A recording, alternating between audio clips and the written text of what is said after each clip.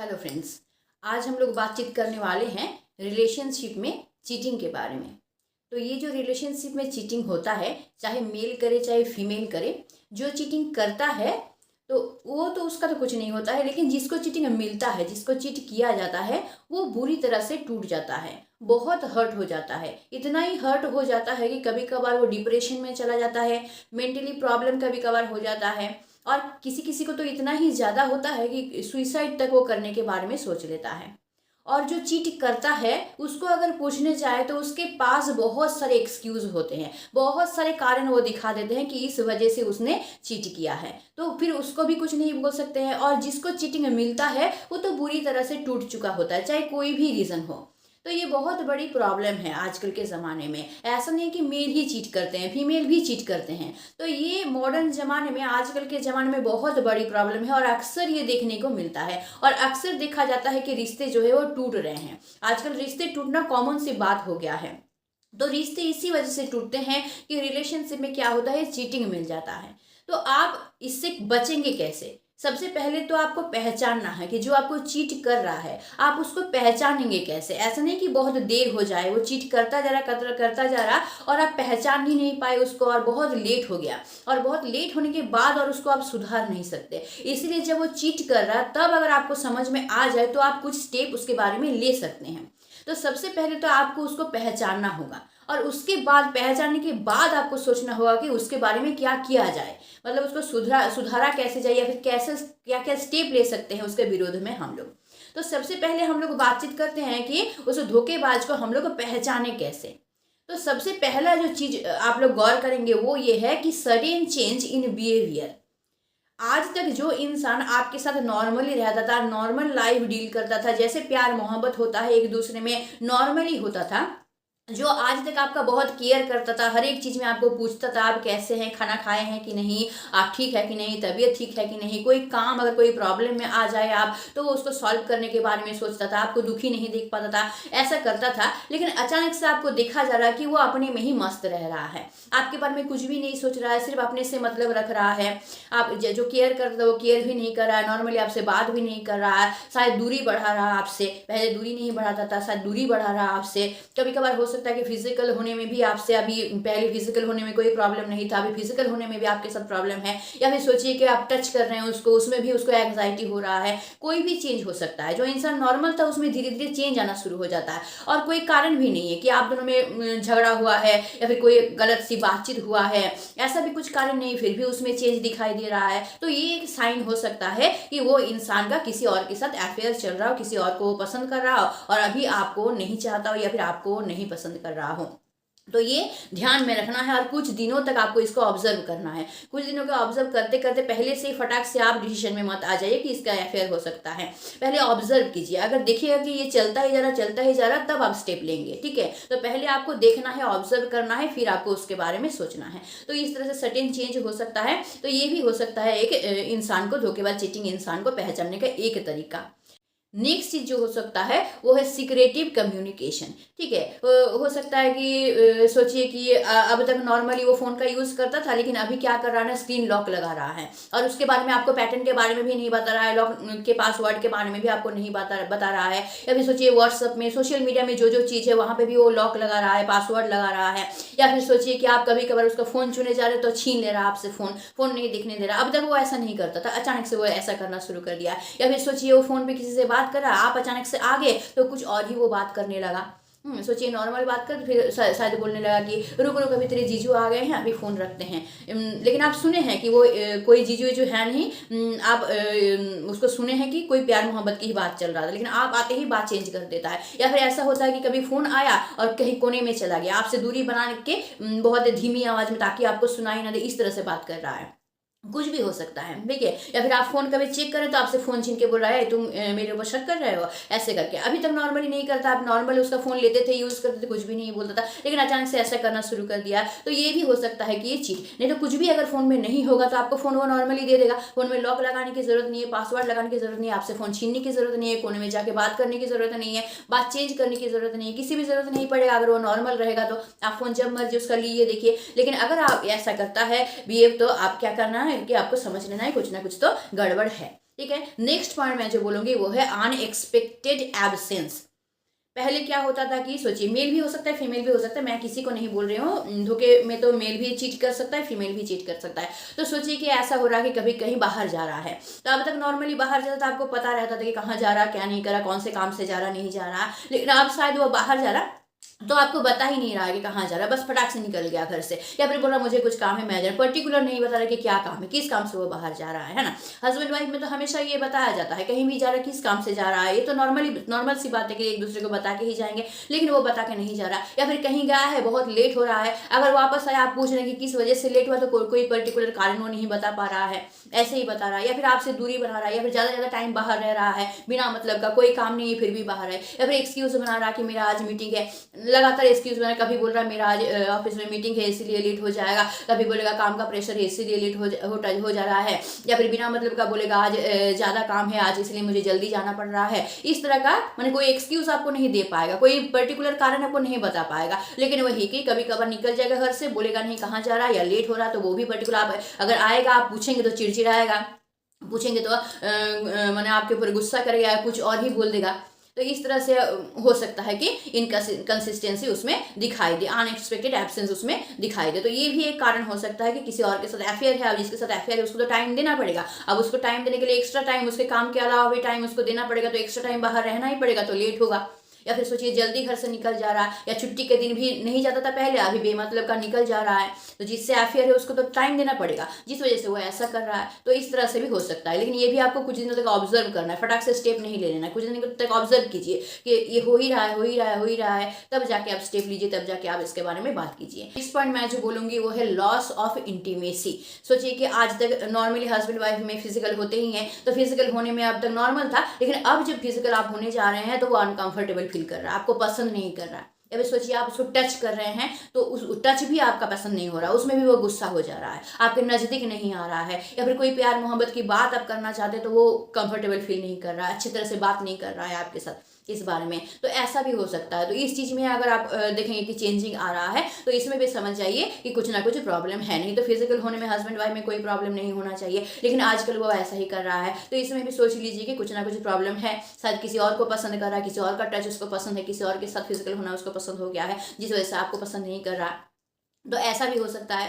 तो लेकिन इसका कारण भी बहुत सारा हो सकता है, ऐसा नहीं कि ऐसे ही हो सकता है। जैसे मैं दो एक कारण आप लोगों को बता रही हूँ कि एक इंसान था, उसकी एक वाइफ थी, तो वाइफ जो थी ना वो घर में बहुत कलेश होता था, हमेशा जो सास बहू में हमेशा झगड़ा होता रहता। अब ये वो इंसान जब भी घर आता था वाइफ शुरू हो जाती थी, आपके माने ये बोला, आपके माने वो बोला, ये किया वो किया, बोलती रहती थी। तो डेली वो घर आता था, डेली शुरू हो जाती थी, तो वो परेशान हो गया वो इंसान उस इस वाइफ से, समझाया बहुत कि देखो ऐसा होता ही है घर में, इस तरह से तुम डील करो, उस तरह से डील करो, लेकिन फिर भी नहीं, वाइफ सुनती ही नहीं थी। जब भी आता था तभी तो वो समझ में आ गया उस इंसान को कि घर जाएंगे जब भी ये मुंह खोलेगी ये जहर ही उगलेगी, मैंने परेशान हो गया था उससे। तो इसीलिए क्या हो गया था, उसका मेंटल बहुत प्रेशर हो गया था और वो शांति ढूंढ रहा था। और शांति ढूंढ रहा था कि वो जहाँ पे ऑफिस में काम करता वहाँ पे एक नई लड़की आई, और वो लड़की क्या करती थी, ज़्यादा उससे बातचीत करती थी, उससे पूछती थी हाल कि आपका मन क्यों खराब है, क्या कुछ प्रेशर है, अगर प्रेशर है तो आपका काम मुझे दे दीजिए मैं कर देती हूँ, इस तरह से करती थी। तो क्या हुआ कि वो अच्छी लगने लगी उसको, और धीरे धीरे वो क्या होने लगा, उसकी तरफ अट्रैक्ट होने लगा, और अट्रैक्ट होने लगा तो उसकी तरफ धीरे धीरे अफेयर बन गया। तो अफेयर जब बन गया तो अपनी वाइफ को नापसंद करने लगा, उसके साथ दूरी बनाने लगा। तो ऐसा भी होता है कभी कभार। और एक कहानी बता रही हूँ, एक वाइफ थी, वो बहुत ही अच्छी थी, बहुत ही केयरी थी, हस्बैंड का बहुत केयर करती थी, घर के लोगों का, फैमिली का बहुत केयर करती थी। लेकिन वो इंसान जो था ना वो क्या दिखता था कि ये मेरी वाइफ जो है सबका तो बहुत केयर करती है, लेकिन मेरे साथ टाइम नहीं बिताती है, मुझे टाइम नहीं देती है, या फिर खुद का ध्यान नहीं रखती है। बाहर लड़के कितने स्टाइल से रहते हैं, खुद को मेंटेन करते हैं, लेकिन ये कुछ भी नहीं करती है, इसका सारा ध्यान सिर्फ फैमिली की तरफ है। तो धीरे धीरे क्या हुआ ना, वाइफ के ऊपर से उसका अट्रैक्शन जो है वो कम होने लगा, उसको वो लगने लगा ये तो टिपिकली एकदम बहू बन के रह गई, इसमें कुछ नहीं बचा हुआ है। और वो दूसरे लड़की को देखती थी स्मार्ट वगैरह, जो काम करने जाता वहाँ पे देखती थी सब मेंटेन कर रहे हैं, खुद को स्मार्ट लग रहे हैं, अच्छे लग रहे हैं। तो क्या करा, धीरे धीरे वो अपने वाइफ को नापसंद करने लगा। इतनी केयरी वाइफ, इतनी अच्छी वाइफ, फिर भी नापसंद करने लगा। वो दूसरे वाइफ में दूसरे लड़की में जो है वो ढूंढने लगा, जो उसको नहीं मिल रहा था अपनी वाइफ से। तो ऐसा भी कभी कभार होता है। तो इसीलिए हमेशा केयरी होना ही सफिशिएंट नहीं होता, कि उसको मेंटेन रखना, हंसी खुशी रहना, हस्बैंड को वाइफ को टाइम देना, दोनों एक दूसरे को टाइम देना, यही बहुत ज़्यादा ज़रूरी होता है। तो ऐसा भी कभी कभार होता है। और एक कहानी मैं बता रही हूँ, सिर्फ लड़के ही धोखेबाज नहीं होते हैं, लड़कियां भी धोखेबाज होती है। एक लड़की थी जो कि 10 साल का रिलेशन था एक लड़का के साथ। अब जब रिलेशन हो गया तो उस लड़का के साथ बहुत अच्छा उन लोगों का 10 साल बहुत अच्छा बीता। 10 साल के बाद क्या हुआ ना, उसके लड़की के घर से जो है वो लड़का देखना शुरू कर दिया कि लड़के का शादी देगा। तो पहले पहले लड़की बोल रही थी कि नहीं मैं शादी नहीं करूंगी, मैं कुछ नहीं करूंगी, लेकिन घर वालों ने एक ऐसा लड़का बहुत ही ज्यादा हैंडसम दिखने वाला और आर्मी में काम करता था, तो ऐसा लड़का एक तो चूज कर दिया। अब लड़की को वो लड़का बहुत हैंडसम लगने लगा, जिससे पहले उसका रिलेशन था 10 साल का, उससे ज्यादा वो हैंडसम दिखने लगा। तो लड़की का मन भी धीरे धीरे धीरे धीरे उसकी तरफ जाने लगा। अब क्या हो गया ना, ये सोच रही थी लड़की, जो सोच रही थी कि इससे कैसे हम पीछा छुड़ाएंगे, क्योंकि ये तो 10 साल का रिलेशन इसके साथ है, ये तो मुझे छोड़ेगा नहीं, शादी करके ही छोड़ेगा, तो अब इससे कैसे पीछा छुड़ाएं। तो ये अब उसका मन था कि इससे हम शादी करें, आर्मी है, स्टेबलिश है, और जिससे 10 साल का रिलेशन था वो कुछ भी नहीं करता था, नॉर्मल सा एक काम करता था, पैसा भी ज़्यादा नहीं था उसके पास। तो वो लड़की भी सोच रही थी कि अपने फाइनेंशियल स्टेबिलिटी के बारे में सोच रही थी कि इसके शादी करेंगे तो बहुत हैंडसम भी दिखने में है, पैसा भी बहुत है इसके पास। तो फिर धीरे धीरे ये क्या करने लगा, उसको चीट करने लगा, उसको उससे दूरी बनाने लगा। एक दिन क्या किया, उसके कोल्ड ड्रिंक में दवाई मिला के उस लड़का को पिला दिया, और जहाँ उस लड़का को पिला दिया तो लड़का सेंसलेस होने लगा। फिर उसके घर वाले उसके हॉस्पिटलाइज किए, हॉस्पिटल में डॉक्टर गया, डॉक्टर को भी समझ में नहीं आ रहा था भाई ये क्या केस है, कैसा हो गया ये। लड़का अंदर में बॉडी के अंदर बहुत ज़्यादा जलन फील कर रहा था। धीरे धीरे डॉक्टर को ये पता चला कि कुछ ऐसा इसको पिलाया गया है जिससे क्या हो रहा है, उसके अंदर का बॉडी पार्ट जो है वो सड़ने लगा है, और धीरे धीरे वो लड़का मृत्यु के मुँह में चला गया।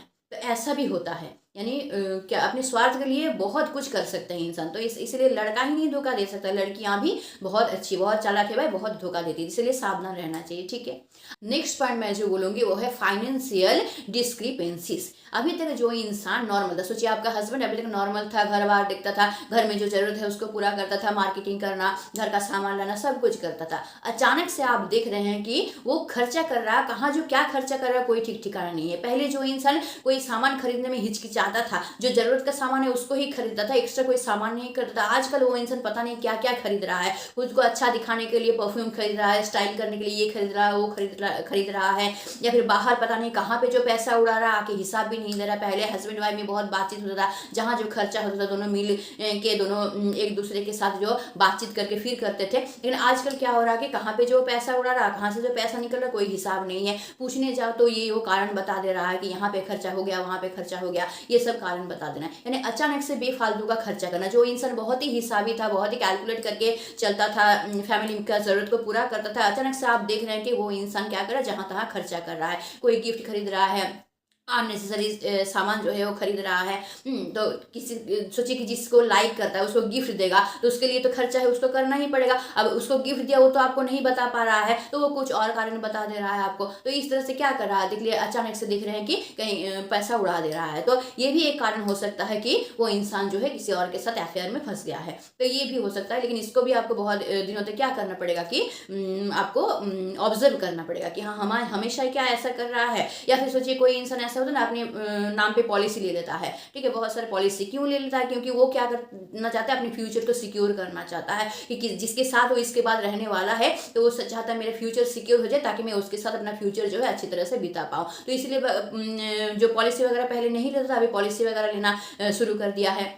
यानी वो खुद को प्रिपेयर कर रहा है कि इसको छोड़ेंगे, वाइफ को छोड़ेंगे और दूसरे के साथ हम सेटल हो जाएंगे, और सेटल होने के लिए अपना पैसा जमा कर रहा है। ऐसा भी होता है, बहुत चालाक होते हैं ये सब लोग। तो ऐसा भी करता है कोई कोई कि बहुत सारा पॉलिसी ले लेता है, वहाँ पे पैसा फैमिली खा पा रहा नहीं पा रहा, फैमिली का जरूरत पूरा हो रहा नहीं हो रहा, कुछ नहीं दिखता है, पॉलिसी वगैरह लेके अपने फ्यूचर को सिक्योर करने में लग जाता है। तो ऐसे भी कर सकते हो। तो अचानक से इस तरह का अगर आप चेंजिंग देखेंगे तो आप समझ जाएंगे कुछ ना कुछ गड़बड़ है, ठीक है। अच्छा, नेक्स्ट पॉइंट मैं जो बोलूंगी वो है डिफेंसिव एटीट्यूड। डिफेंसिव एटीट्यूड आप कैसे देंगे, जैसे हो सकता है कि कुछ आप पूछेंगे, नॉर्मल सी बात करें, सोचिए कि वो बाहर गया है, लेट हो रहा है घर आने में, लेट करके आया, तो आप पूछ रहे हैं कि क्यों लेट हुआ, तो अचानक से झगड़ा करना शुरू करिए। तुमको ही बताना पड़ेगा क्या मुझे क्यों लेट हुआ, बाहर जाता हूँ कितना काम पड़ता है, लेट हो ही सकता है, रास्ते में जैम रहता है, लेट हो ही सकता है। आप नॉर्मली पूछे कि क्यों लेट हुआ, नॉर्मली पूछ रहे हैं, वो क्या कर रहा है, भड़क गया आपके ऊपर, अचानक से कोई कारण नहीं भड़क गया आपके ऊपर। या फिर नॉर्मल सी बात, कहीं बाहर जा रहा, आप पूछ लिए उससे कि कहाँ जा रहे हैं, मुझे ये सामान लाना था, थोड़ा सा ला देंगे, कहाँ जा रहे हैं, पूछ लिए, भड़क गया आपके ऊपर, ठीक है, कोई कारण नहीं, नॉर्मल सा बात पूछ रहे हैं आप कि आप कहाँ जा रहे हैं, मुझे जरूरत है कुछ सामान लाना, ला देंगे, लेकिन वो भड़क जा रहा है कि तुमको बता के जाना पड़ेगा हर टाइम, कहाँ जा रहा हूँ, नहीं जा रहा हूँ, मेरी मर्जी, मैं जहाँ जा सकता था।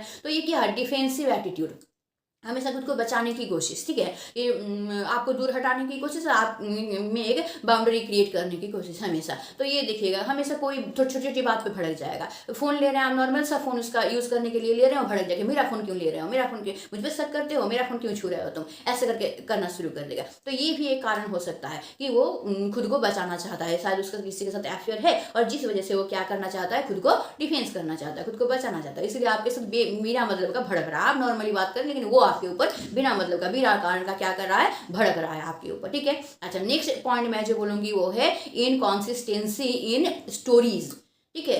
अलग अलग कहानी बनाना। सोचिए उसको लेट हो गया है, घर आने में लेट हो गया, तो आप पूछ लीजिए कि क्यों लेट हो गया, तो आपको कोई कहानी बना के बोल दिया।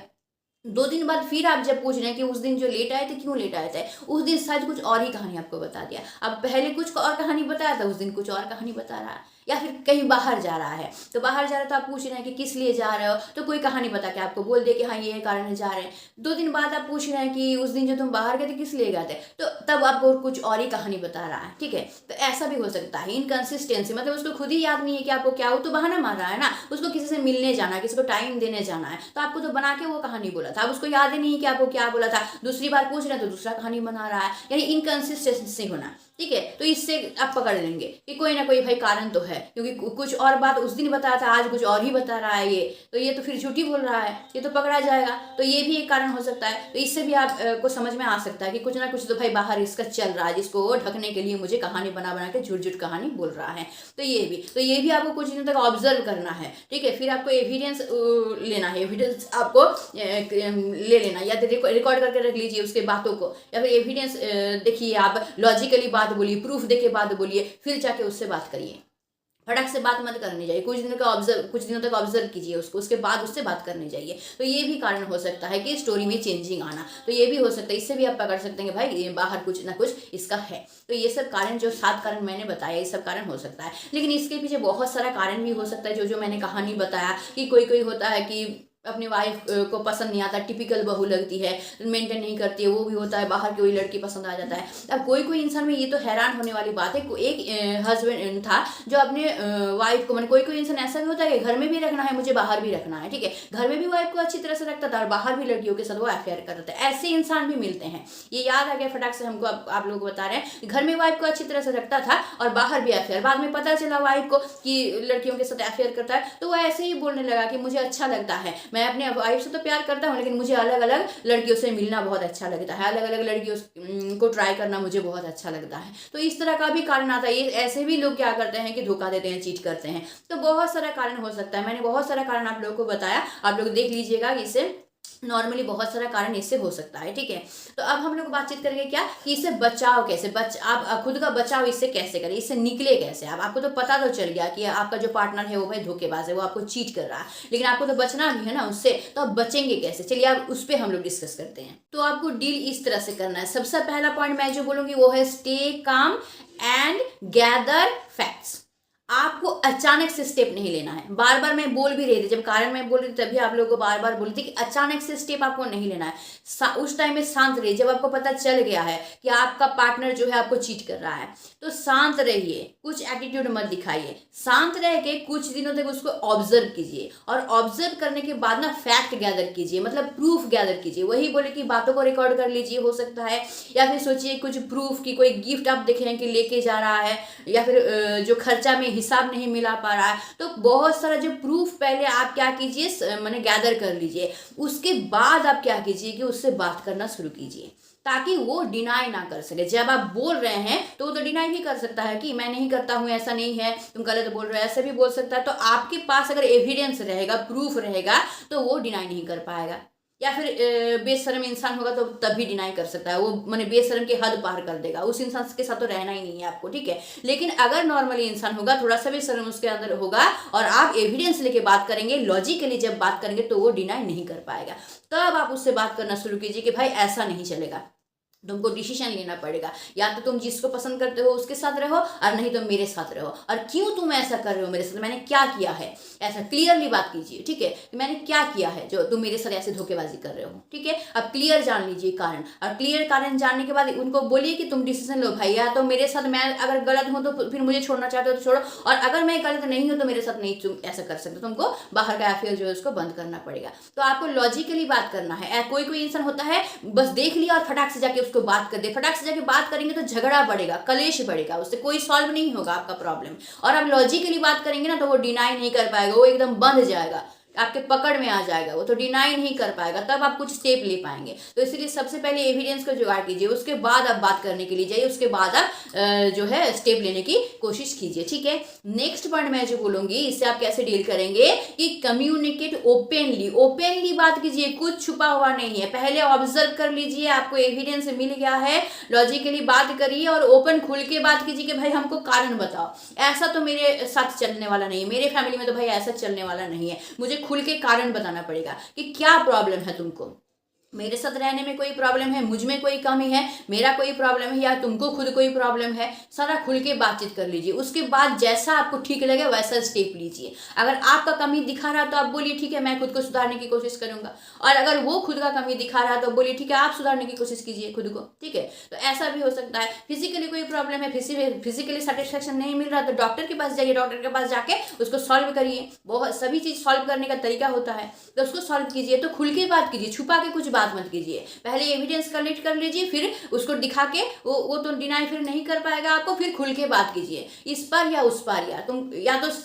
शरीफ हो जाओ, या तो सुधर जाओ, या और नहीं तो हट जाओ, कुछ ना कुछ खुल के बात कीजिए, ठीक है, और कॉन्फिडेंटली बात कीजिए। नेक्स्ट पॉइंट मैं जो बोलूंगी वो है प्रोफेशनल हेल्प। अगर आपसे नहीं हो रहा है, आप बार बार बोलें, कोई कोई होता है ना बेशर्म इंसान की जितना भी बोलेंगे ना वो कुछ नहीं सुनने वाला है, तो आप बार बार बोलते जा रहे हैं, बोलते जा रहे हैं, खुल के बातचीत भी कर रहे हैं, लेकिन कुछ नहीं हो रहा, तब आपको प्रोफेशनल हेल्प लेना चाहिए। तब आप क्या कीजिए कि डॉक्टर के पास जाइए, जाके सारा चीज उसको भी लेके जाइए। कभी कभार होता है आप मनवा नहीं पाते हैं तो आप प्रोफेशनल के पास जाइए, वहां पे जाके बातचीत कीजिए, तो वो लोग क्या करेंगे, उसको समझाने की कोशिश करेंगे। उन लोगों के पास बहुत सारे थेरेपी होते हैं, वो उसको अप्लाई करेंगे, उसको अप्लाई करके उसको एहसास दिलाने की कोशिश करेंगे कि वो जो कर रहा है वो गलत कर रहा है, तो उसको एहसास होगा अंदर से कि मैं गलत कर रहा हूँ, फिर वो क्या करेगा, सुधरेगा। तो अगर आपसे नहीं हो रहा है तो आप प्रोफेशनल हेल्प लीजिए, ये बहुत अच्छी बात है। कोई कोई इंसान लेट कर देता है प्रोफेशनल हेल्प लेने में, कोशिश करता रहता है, धीरे धीरे धीरे ऐसा बिगड़ जाता है सिचुएशन कि फिर वो मैंने हाथ में नहीं रहता, हाथ से बाहर निकल जाता है। ऐसा मत कीजिए, 2-4 बार खुद कोशिश कर लीजिए, देख रहे हैं नहीं हो रहा है तो प्रोफेशनल हेल्प ले लीजिए फटाक से, ठीक है। तो क्या होगा, लेट नहीं होगा, आपके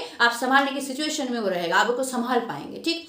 नेक्स्ट पॉइंट मैं जो बोलूंगी वो है कंसिडर योर वेल बींग। मैंने अपने, देखिए ये सब होता है तो मेंटली बहुत डिप्रेस हो जाते हैं, इंसान बहुत टूट जाता है। तो टूटना नहीं है, आपको खुद के अच्छाई का भी आपको ध्यान रखना है। तो इसके लिए आपको क्या करना है, मेडिटेशन करना है, आपको ब्रीदिंग एक्सरसाइज जोर जोर से लेना है ताकि आपका माइंड जो है वो ठीक रहे। आपको खुद को ठीक रखना है ना, एक्सरसाइज करना है आपको, ठीक है। तो आपको क्या करना है, मेंटली फिट रहना है, तो इसके लिए मेडिटेशन कीजिए, खुद को ठीक रखिए आप, ठीक है। तो इसके लिए क्या करना पड़ेगा, आपको खुद को ठीक रखने के लिए ये सब करना पड़ेगा। बाहर घूमने चाहिए, लोगों से बात करने में अच्छा लगता है तो जाके लोगों से बात कीजिए, फैमिली मेंबर से बात करना अच्छा लगता है तो उनसे बात कीजिए, कुछ भी कीजिए लेकिन खुद को ठीक रखिए। दूसरों के गुनाह के लिए खुद को खत्म मत करिए, ठीक है। खुद को खत्म करेंगे तो आप ठीक तरह से स्टेप नहीं ले पाएंगे। आप जब उससे बातचीत करेंगे तो आप पजल हो जाएंगे, आप लॉजिकली नहीं बात कर पाएंगे। आपके मेंटली अगर डिप्रेस हो जाएंगे आप तो लॉजिकली कैसे बात करेंगे, फिर वो तो आपको डिनाई कर देगा, आपको तो झूठा साबित कर देगा।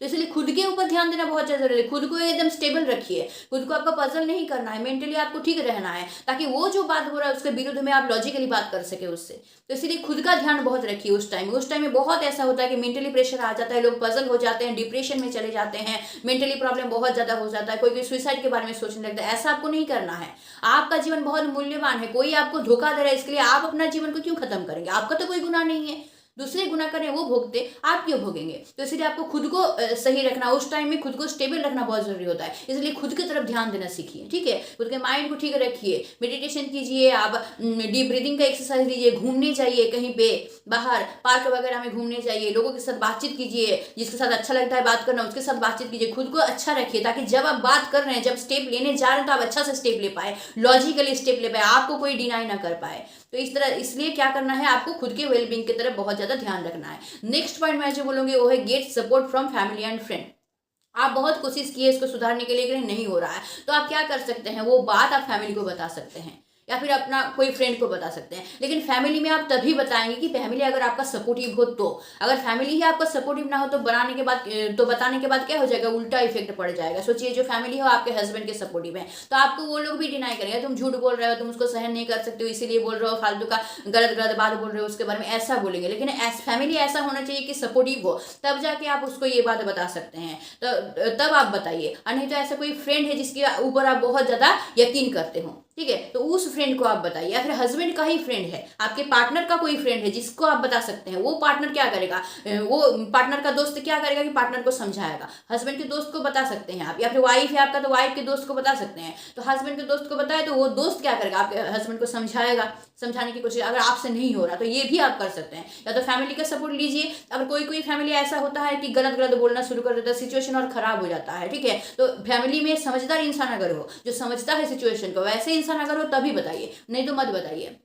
और फ्रेंड में भी वही, जिस पे यकीन कर सकते हैं उसको बताइए, नहीं तो मत बताइए, नहीं तो वो लोग मजाक उड़ाने लगेंगे, है तो आपका रिलेशन और खराब हो जाएगा। तो इसीलिए जिस पे यकीन करते हैं उसको आप बता सकते हैं, उसका सपोर्ट भी आप ले सकते हैं। पहले खुद कोशिश कर लीजिए, फिर फैमिली का सपोर्ट हो तो लीजिए, नहीं तो फ्रेंड का सपोर्ट हो तो लीजिए, आपका फ्रेंड का सपोर्ट ले सकते हैं वो भी लीजिए, हस्बैंड का सपोर्ट, फ्रेंड का सपोर्ट ले सकते हैं तो वो भी लीजिए। लेने के बाद सारा प्रोसेस कर लीजिए। अगर हो जाता है बहुत अच्छी बात है, सॉल्व अगर हो जाता है प्रॉब्लम बहुत अच्छी बात है, नहीं हो पाता है तो आप क्या कीजिए, प्रोफेशनल हेल्प ले लीजिए।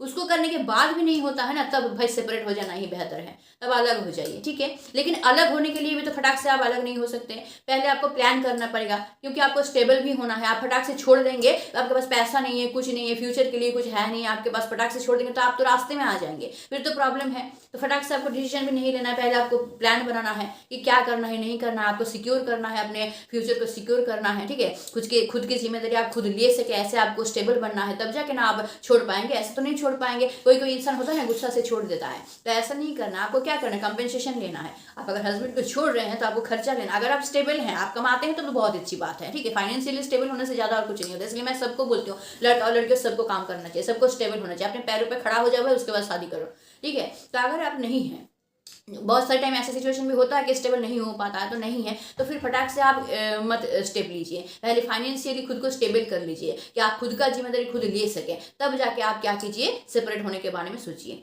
ठीक है। एक ऐसी लड़की थी जो कि फटाक से डिसीजन ले ली थी, ऐसे झगड़ा हो रहा था, वो बहुत ही ज्यादा डिप्रेशन में आ गई थी, कुछ समझ में उसको नहीं आ रहा था, फटाक से घर से निकल गई, कुछ लेके नहीं गई थी, ना कपड़ा वगैरह, ना पैसा, ना फोन, कुछ लेके नहीं निकली थी। जब जो कपड़ा पहनी थी उसी में निकल गई।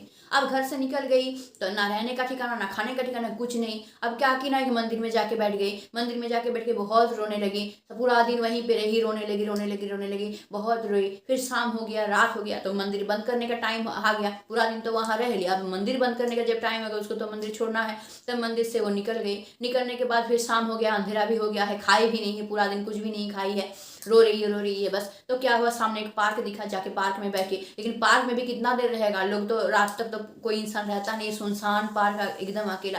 तो वहां पे बैठी रही, लेकिन डर बहुत लग रहा था, कोई नहीं है पार्क में, एकदम अंधेरा है वहां पे, बहुत उसको डर लग रहा था। बाद में वो बताई इतना ही उसको डर लग रहा था कि उसको टॉयलेट तक निकल गया वहां पे।